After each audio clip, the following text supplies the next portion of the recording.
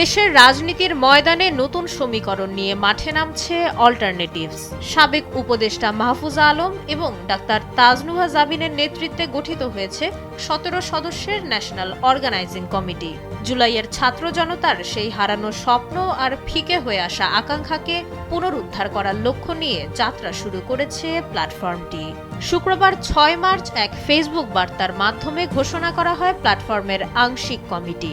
মাহফুজ আলম ও doctor Tajnuva Zabin ছাড়াও এই কমিটিতে আছেন আহমদ ইবনে আরিফ অনি, ইমন সৈয়দ, মাইদা তানহা বিদুষী এবং সাজ্জাদ হোসেন শহীদুল্লাহ সহ ১৭ তরুণ সংগঠক।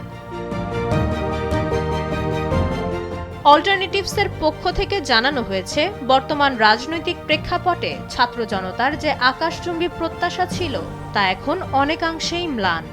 এই স্থবিরতা কাটাতে এবং নতুন রাজনৈতিক চিন্তার বিকাশে তরুণদের সরাসরি অংশগ্রহণ এখন সময়ের দাবি।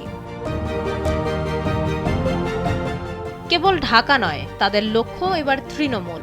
দেশের বিভিন্ন জেলায় ছাত্র, শ্রমিক আর কৃষকদের সঙ্গে সরাসরি সংলাপের মাধ্যমে একটি শক্তিশালী জনভিত্তিক গড়ে তুলতে চায় এই সংগঠন। আগামী কয়েক মাস জনসংযোগ আর স্থানীয় পর্যায়ে সংগঠন গোছানোর মিশনে থাকবে এই ১৭ জন তরুণ।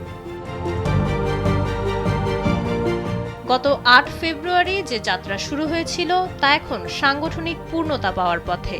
রাজনীতির প্রচলিত ধারায় এই বিকল্প কতটা প্রভাব ফেলবে তা সময়ই বলে দেবে। মাইশা মালিহা, সময়ের আলো।